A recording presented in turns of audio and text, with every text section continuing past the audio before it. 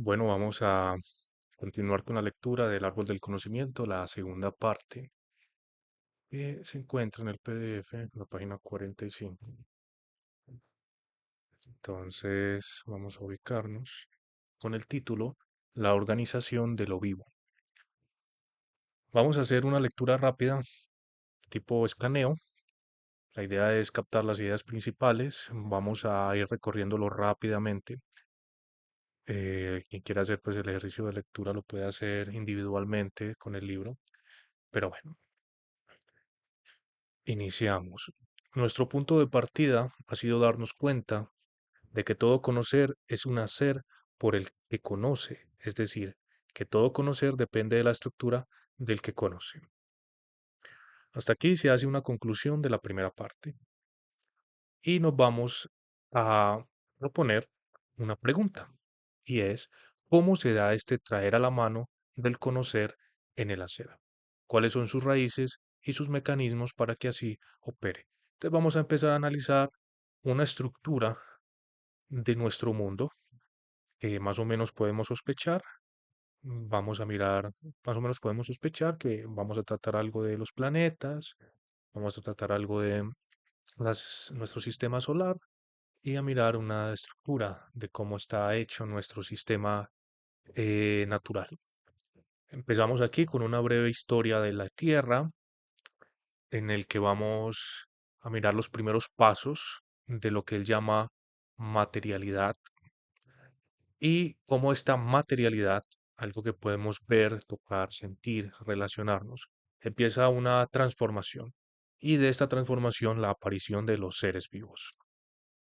Obviamente hace referencia a la figura 8, que es esta de aquí, la figura número 8, que parece ser una mancha blanca, y en la que dice que al frente se puede admirar la galaxia llamada M104 de la constelación de Virgo, conocida popularmente como la galaxia Sombrero.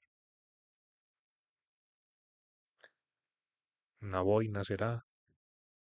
Mm, Empezamos con la galaxia Sombrero. Además de su belleza, tiene un interés especial. Es nuestra propia galaxia, la Vía Láctea. Nos parecería de una forma muy parecida si pudiéramos verla desde lejos. Como no podemos, debemos contentarnos con un diagrama como en la figura 9. Ok, esta es la figura 9. Como no podemos vernos a nosotros mismos, hay que dibujarnos. Aquí está el Sol. Suponemos que la Tierra está por este lado. Y empezamos con la, con el análisis, ¿sí? De, de sentimientos, que ante la galaxia somos realmente como una partícula de polvo y nos hace sentir humildad, como bien dice el texto. Las unidades de la escala están en kiloparsec, si se lee así, y cada uno de ellos son 3260 años luz. Dentro de la Vía Láctea, nuestro sistema solar tiene una posición más bien periférica que a la salida, como a 8 kiloparsec del centro. El parsec, una medida de más que enorme para poder calcular en el espacio. Continuamos. Nuestro Sol es una de varios millones de otras estrellas que conforman estas estructuras multifacéticas que son las galaxias. ¿Cómo se originaron las estrellas? Una reconstrucción de la historia es la siguiente. El espacio tiene muchas cantidades de hidrógeno. Hay muchas turbulencias de masas gaseosas de alta densidad que se puede ver en la ilustración número 10, que asumimos es esta esquema de la secuencia de transformaciones de una estrella desde su formación. Aquí podemos analizar cómo se empieza a crear una estrella. Este es el inicio. Podemos ver aquí un montón de partículas que poco a poco se van condensando, condensando, condensando hasta que ¡pum! Se forma la estrella y mira que aquí alrededor empieza a orbitar otras masas. Bueno, Entonces, continuamos.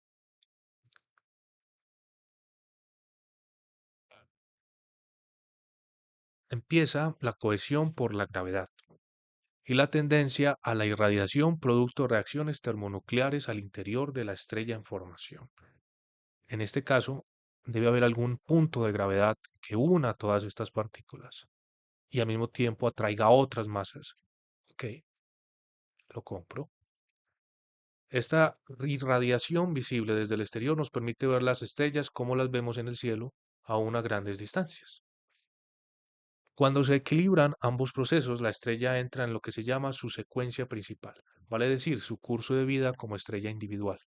Durante este periodo, la materia que ha sido condensada es gradualmente consumida en reacciones termonucleares durante un periodo de alrededor 8.000 millones de años. Al consumirse una fracción del hidrógeno condensado, la secuencia principal termina en un proceso de transformaciones más dramáticas. Primero la estrella se convierte en un gigante rojo, luego en una estrella que pulsa y finalmente se transforma en una supernova y explota en un estornudo cósmico en el que se van formando sus elementos más pesados. Lo que queda de materia en el centro de la estrella se colapsa en una estrella más pequeña, de densidad muy alta, llamada enano blanco.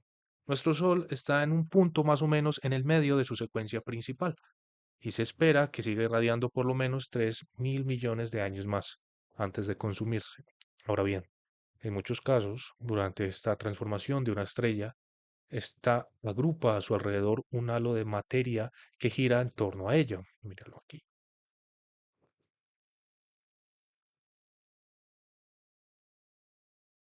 Que gira en torno a ella y que ella capta del espacio interestelar, pero que depende enérgicamente del curso de transformaciones de la estrella.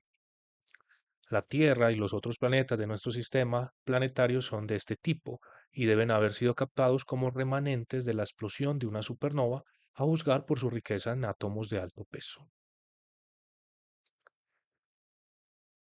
Bueno, según los geofísicos, la Tierra tiene 5.000 millones de años.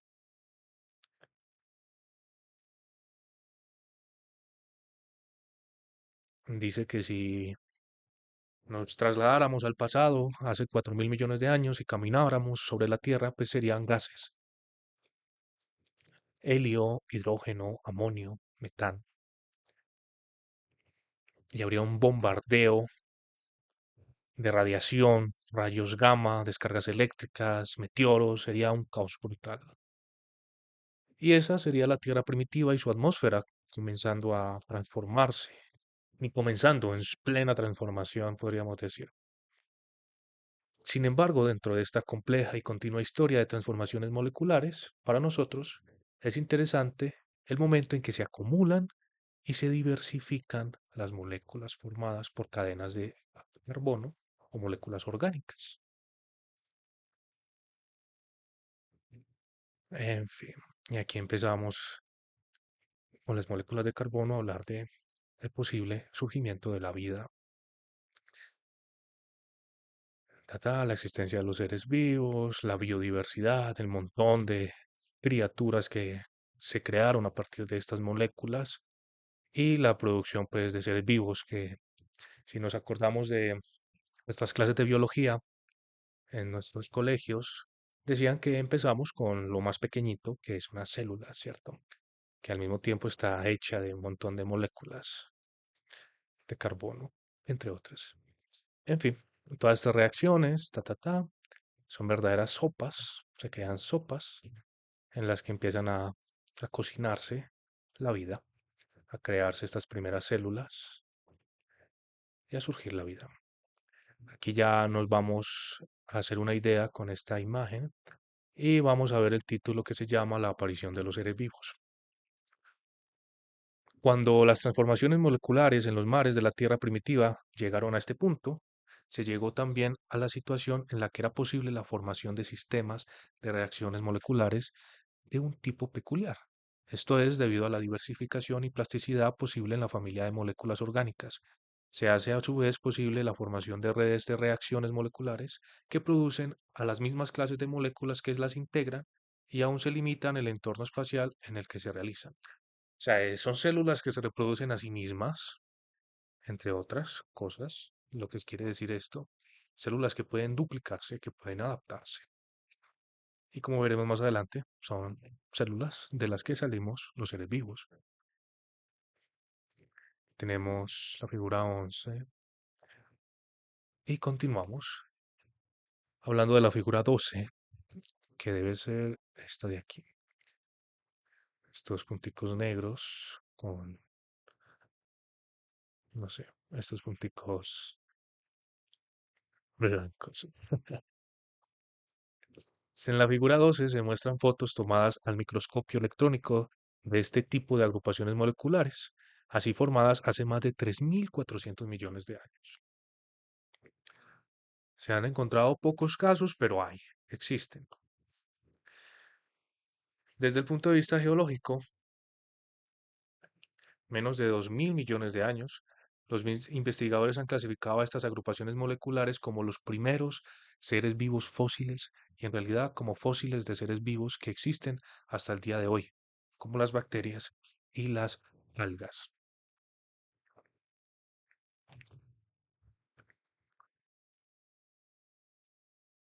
Un ser vivo fósil, muy interesante, un ser vivo fósil. ¿Qué le permite a un investigador decir que hay un ser vivo fósil? Primero, pues hay que observar. Y eso hicieron los investigadores al mirar unos globulitos a los cuales se les puede ver en el perfil de abajo en el microscopio.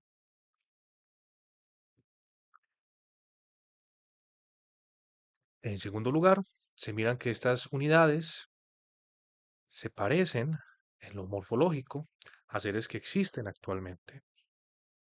Como hay evidencia convincente de que tal aparición es peculiar a los seres vivos, peculiar a los seres vivos, y que estos depósitos datan de una fecha compatible con la historia de las transformaciones de la corteza y la atmósfera terrestre. O sea que hay una asociación al ver estos fósiles de hace miles y millones de años con algunos seres vivos de nuestra actualidad, que son las bacterias. O sea, se propone que antes de que apareciesen muchos de los seres vivos enormes que vemos actualmente, ya existían las bacterias, o al menos podríamos decir de una manera muy cómica que son nuestros ancestros. Bueno, esto nos deja con un problema difícil. ¿Cómo sé yo cuándo un ser es vivo? ¿Cuáles son mis criterios? A lo largo de la historia biológica se han propuesto muchos criterios. Todos ellos son difíciles. Por ejemplo, algunos han propuesto una composición química, o bien la capacidad de movimiento, o la reproducción, o la combinación de todos. Para que algo esté vivo, o tiene que tener una composición química, debe moverse o debe reproducirse. Pero, ¿cómo saber cuál es la lista completa? Si se construye una máquina capaz de reproducirse, sería un ser vivo, pero está hecho desde plástico y de materia que obviamente no es orgánica. Entonces, es un ser vivo porque se reproduce. Nosotros queremos proponer una respuesta a esta pregunta de una manera radicalmente distinta a esta tradicional enumeración de propiedades y que simplifica tremendamente el problema. Estamos hablando de Maturana y Varela. Para entender este cambio de óptica, tenemos que darnos cuenta de que el solo hecho de que nos hagamos la pregunta de cómo se reconoce a un ser vivo indica que tenemos una idea aún implícita de cuál es su organización.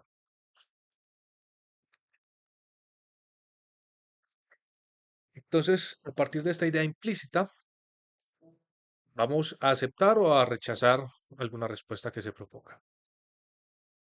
Para evitar pues que sea una trampa, debemos ser conscientes de lo siguiente, pues para no equivocarnos. ¿Qué es la organización de algo? Esto es muy fácil de proponer y muy fácil de equivocarnos. Pareciera muy sencillo y al mismo tiempo muy difícil. Pero vamos a proponer, según Maturana y Varela, qué son las relaciones que existen entre algo y algo. Por ejemplo, para que yo juzgue a este objeto como silla, es necesario que yo reconozca que tiene ciertas relaciones que se dan entre partes que llamo patas, el respaldo, el asiento. Hay una estructura que permite que yo identifique el objeto como una silla. No importa si es de madera, si es de plástico, si es de tornillos, no importa si es de tierra. Yo puedo calificar que es una silla. De alguna manera implícita, reconocemos, o también explícitamente porque lo acabamos de describir, la organización de este objeto y lo podemos señalar y podemos encontrarlo en cualquier parte del mundo. O sea, es un acto básico del conocimiento. ¿Listo? Esa es nuestra forma de estructurar el conocimiento. Así la clase de la silla quedará definida pues por las relaciones que debe tener para satisfacer algo que se llama silla. Continuamos. Es sencillo apuntar a una organización determinada al señalar los objetos que forman una clase, pero se vuelve difícil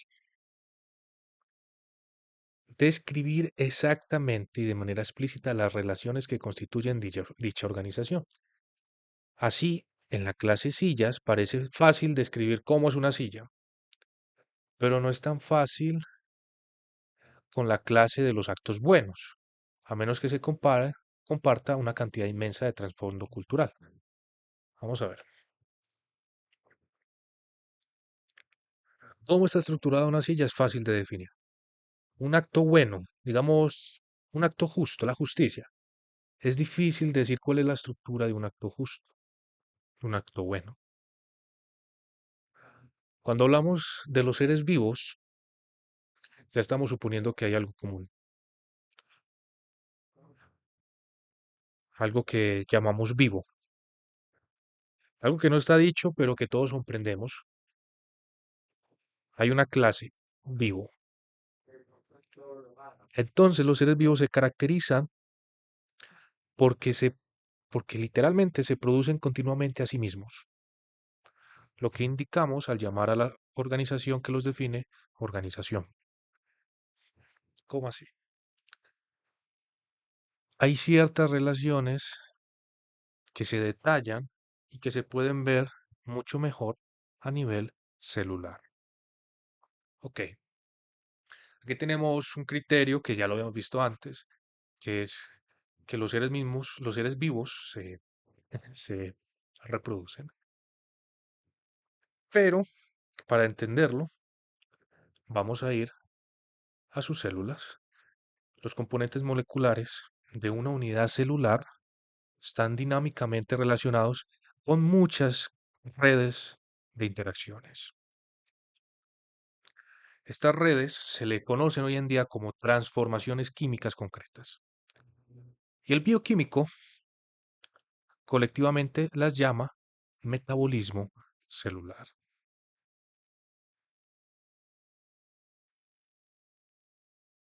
Ahora bien,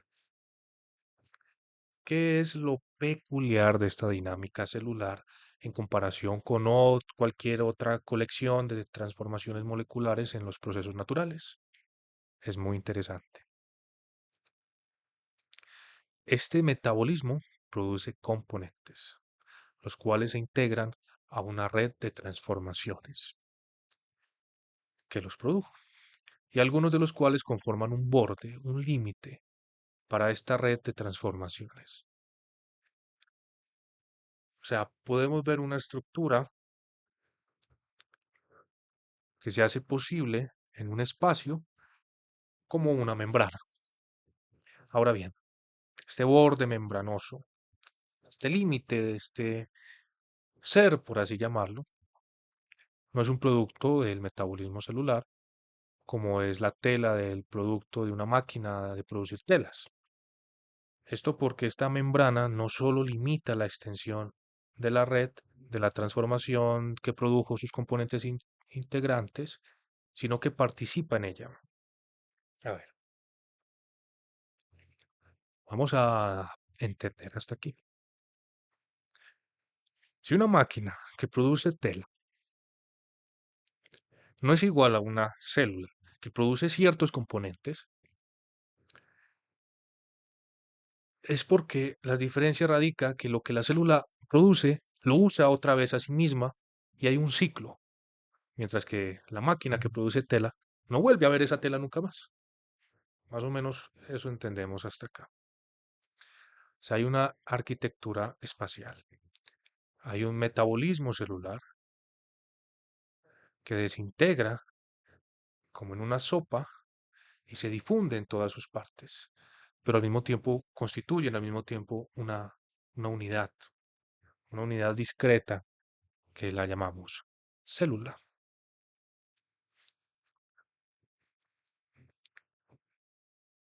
Hmm, El origen de las moléculas orgánicas.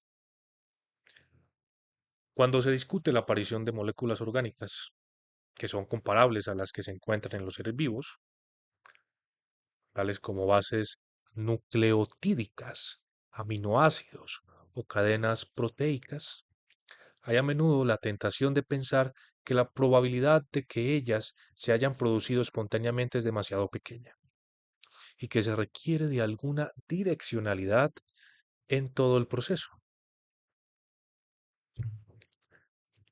Según la reconstrucción que hemos estado esbozando, esto no es así. Cada una de las etapas descritas surgen como consecuencia de la anterior de manera inevitable. Hasta el día de hoy, si uno toma una imitación de la atmósfera primitiva y produce la agitación enérgica adecuada, se producen moléculas orgánicas de complejidad comparable a las encontradas en los seres vivos actuales. A ver. Hasta aquí pareciera que podríamos crear vida. Hasta el día de hoy, si uno concentrara suficiente masa, concentrara suficientemente una masa gaseosa de hidrógeno, se producen al interior de ella reacciones termonucleares que dan origen a nuevos elementos atómicos que antes no estaban presentes. La historia que hemos estado esbozando es unas mm, de secuencias que se siguen una a la otra inevitablemente. Pues lo que quiere decir es que es posible reproducir la creación de la vida y que no se hizo al azar, sino que obviamente hay unos pasos por los que se produjo. O sea, hay una estructura que sin duda, al seguirla, se puede entender cómo nace la vida. Vamos a recordar el título de nuestra tercera parte, que es la organización de lo vivo, y vamos a continuar con el origen de las moléculas. Dice, una de las evidencias más clásicas de que hoy no hay discontinuidad en estas transformaciones por etapas fue dada por un experimento realizado por Miller en 1953 e ilustrado en la figura de este recuadro. De este recuadro, será este. Ah, sí, experimento de Miller.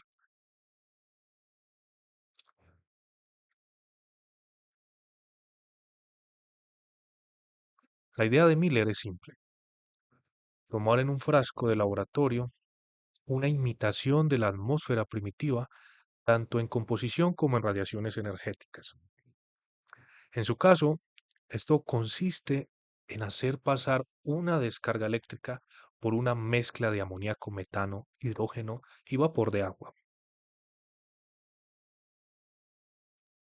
Los resultados de las transformaciones moleculares se recogen mediante la circulación del agua y el análisis de las sustancias que quedan allí disueltas. Bueno, para la sorpresa de toda la comunidad científica, Miller obtuvo la abundante producción de moléculas típicamente halladas en organismos celulares modernos, tales como los aminoácidos alanina, ácidos aspartico y otras moléculas orgánicas como la urea y el ácido succínico. Ok.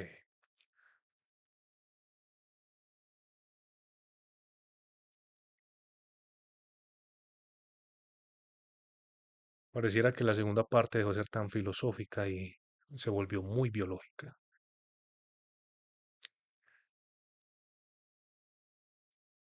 Lo que tenemos entonces es una situación muy especial en cuanto a las relaciones de transformaciones químicas. Por un lado, vemos una red de transformaciones dinámicas que producen sus mismos componentes y que es la condición de posibilidad de un borde. Y por otro, podemos ver un borde que es la condición de posibilidad para el operar de la red de transformaciones que la produjo como unidad. O sea, hay un ciclo, como habíamos dicho, una dinámica de metabolismo que produce, hay un borde de membrana que permite otra vez la, el metabolismo. Notemos bien que estos no son procesos secuenciales, sino que son dos aspectos de un fenómeno unitario.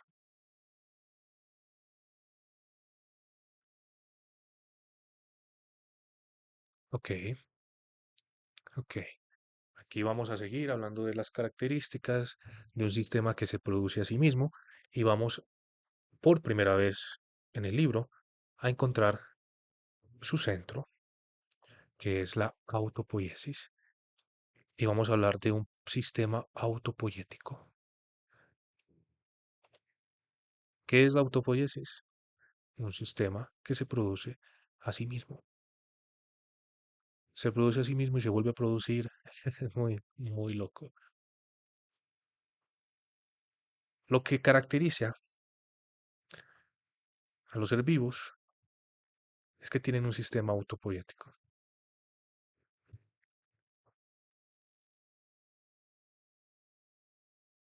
Autonomía y autopoiesis. El reconocer que lo que caracteriza a los seres vivos es una organización permite relacionar, perdón, lo que caracteriza a los seres vivos es su organización, que permite relacionar muchos datos empíricos sobre el funcionamiento y su bioquímica. La noción de autopoiesis, por lo tanto, no está en contradicción con este cuerpo de datos, al contrario, se apoya en ellos y propone explícitamente interpretar tales datos desde un punto de vista específico, o sea, autómatas. Vamos a interpretar que todos estos datos se producen a sí mismos porque son unidades autónomas. Autómatas, dije, no, autónomas, perdón. Estamos utilizando la palabra autonomía en el sentido corriente. Es un sistema autónomo que es propio de él.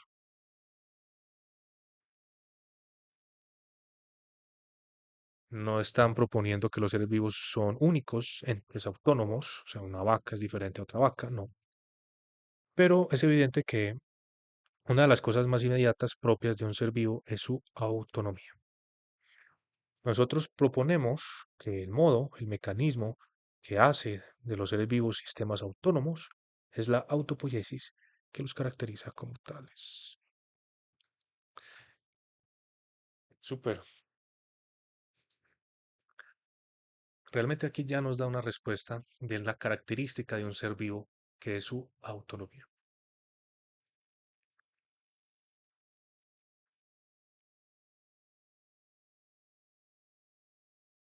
Solo los biólogos se sienten incómodos con la pregunta, ¿cómo puede comprenderse la autonomía en lo vivo?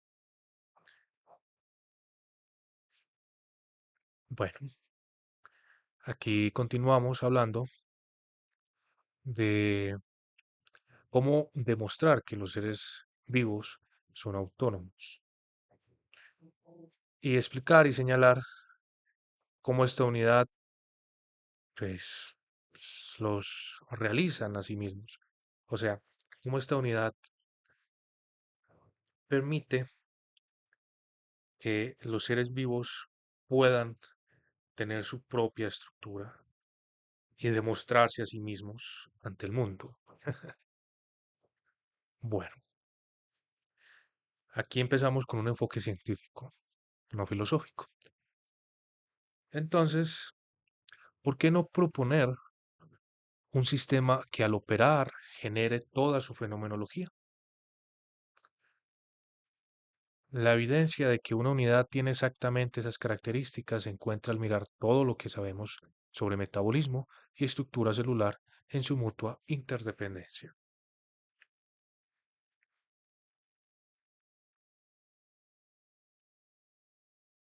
A ver, vamos a continuar.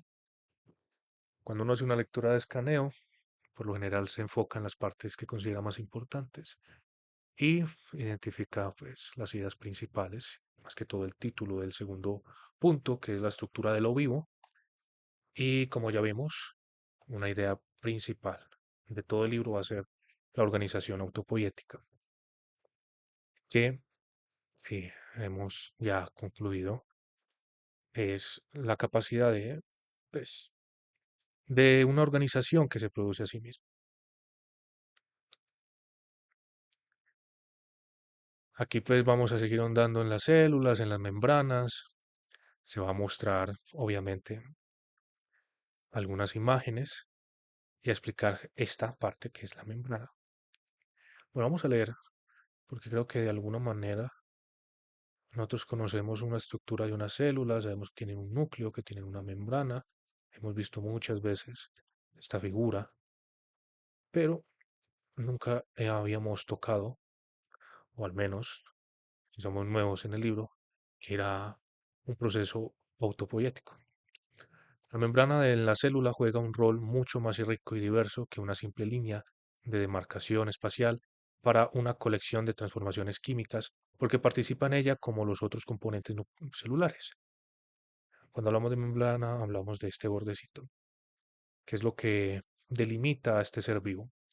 Todo lo que está aquí adentro es solo un ser vivo.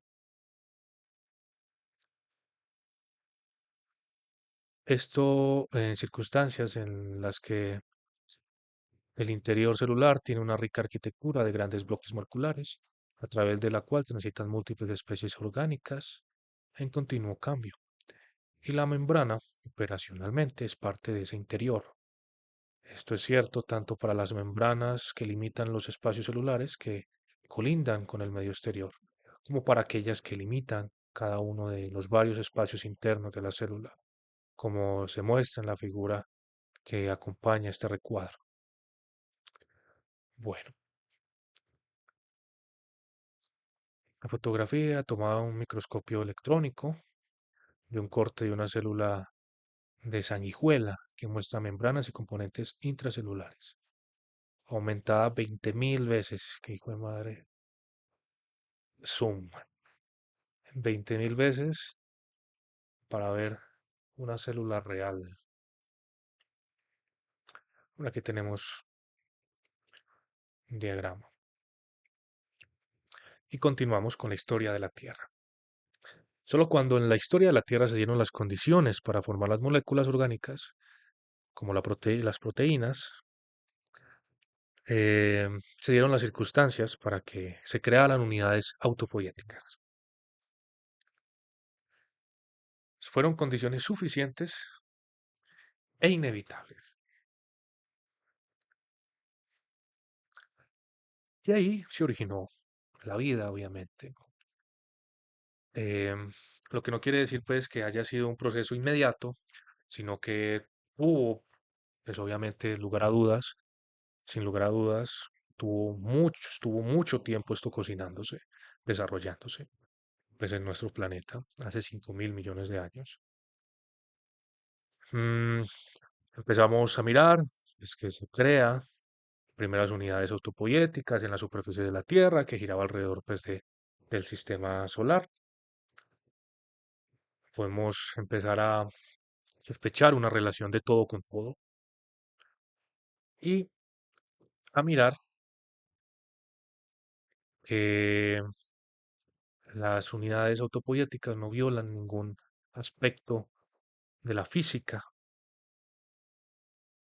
Eh, Esto es importante, o sea, porque podríamos hablar que realmente hay leyes y estructuras que debieron seguirse y aún hoy en día pueden estudiarse para determinar cómo surgió la vida. Obviamente una de esas es la fenomenología física. Bueno, y continuamos. Si las células si las células interactúan con la molécula X y la incorporan a su proceso, estamos hablando pues de una unidad autopoética que está ahí flotando y se encuentra una molécula X y empieza a relacionarse con esta molécula X y la incorpora. Le dice, venga para acá, que pues de alguna manera vamos a coexistir.